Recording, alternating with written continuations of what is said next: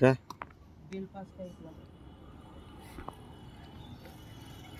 रोज संध्याकाळी आमच्या मंदिराची अशी प्रथा आहे, एक दिवा हा बेलाच्या तिथे लावायचा आणि एक दिवा आपल्या आवळ्याच्या झाडाला लावायचा. असं आम्ही काही वर्षापासून करत आहोत आणि त्यामुळे हे जे झाड आहे ते आवळ्याचं सर्वात उंच होत आहे आणि काहीच दिवसात लावलेला शेवगा त्यापेक्षा उंच जातोय.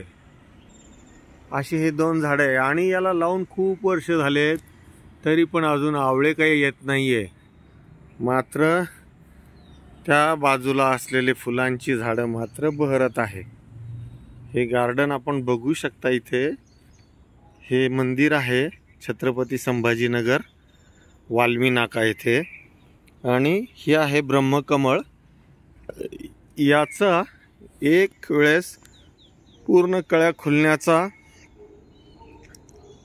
जो दिवस होता तो झाला आणि त्यानंतर मात्र फुलं उमलली नाही. कळ्या झडून गेल्या किंवा बारीक राहिल्या. काही कळ्या असे वाटल्या की नंतर नाहीशा झाल्या की काय.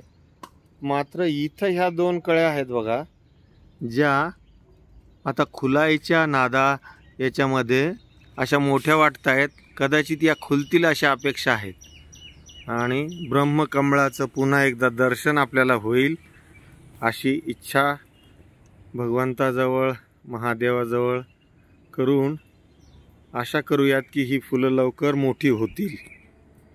हे मंदिर असं छोटंसं पण निसर्गाच्या कुशीत आणि रस्त्यापासून जवळ असं आम्ही करायचं ठरवलं. तेव्हा मूर्तिकलेचा अभ्यास करून हे दोन शिल्प मी बनवू शकलो आणि त्याची सुरुवात त्याच महादेवाच्या पिंडीपासून झाली, ज्याची सुरुवात इथे आपल्याला हा गोटा दिसतोय वरच्या बाजूला, ज्याला शिवलिंग आपण म्हणू. हा आधी एक ओबडधोबड आकाराचा दगड होता, त्याला आम्ही गोल करून त्यावरती पॉलिश चकाकी आणेपर्यंत घासून त्याची आजची इथे अभिषेकाद्वारे आम्ही स्थापना केली आणि आता 1 वर्षाच्या कालावधीमध्ये भाविक भक्त येत आहेत. काही इथे बऱ्याचदा दानपेटीमध्ये इथे आम्ही लिहिलं आहे आमच्या मंदिराचं नाव ठाकूरजी का भोले धाम आणि ही दानपेटी आहे. इथे काही भक्त चिल्लर थोडेसे 10-1 रुपये असं टाकतात, पण जास्त प्रमाणात नाही. आणि आम्ही या अपेक्षेने बांधलं की दान नको आहे, पण भाव पाहिजे. भाव महत्त्वाचा आहे. आणि काही इच्छा बोलून दाखवतात, काही जण खालीच ठेवतात पैसे, त्यासाठी मग पुन्हा ती पेटी लावावी लागली. अशा या मंदिराला आपणही वाल्मी नाका इथे येऊन दर्शन घेऊ शकता. ह्या श्रावणात खरं तर शिवच धर्तीवर प्रगट होतात. किती वेळेस पाऊस येतो, किती वेळेस ऊन पडतं आणि असा ऊन पावसाचा खेळ चालू असतो.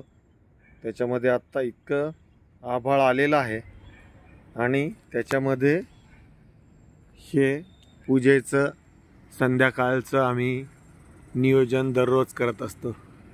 तेव्हा तुमच्या सर्वांच्या आशीर्वादाने हे मंदिरात होणाऱ्या हालचाली, ॲक्टिव्हिटी, समारंभ, पूजा अर्चा जास्तीत जास्त प्रमाणात लोकांना करता यावं अशी सदिच्छा कदाचित संध्याकाळच्या वेळेला देवासमोर बोलली तर पूर्ण होईल अशी अपेक्षा ठेवतो. आणि आपणही एक वेळेस दर्शनाला अवश्य यावे अशी आशा बाळगतो. धन्यवाद.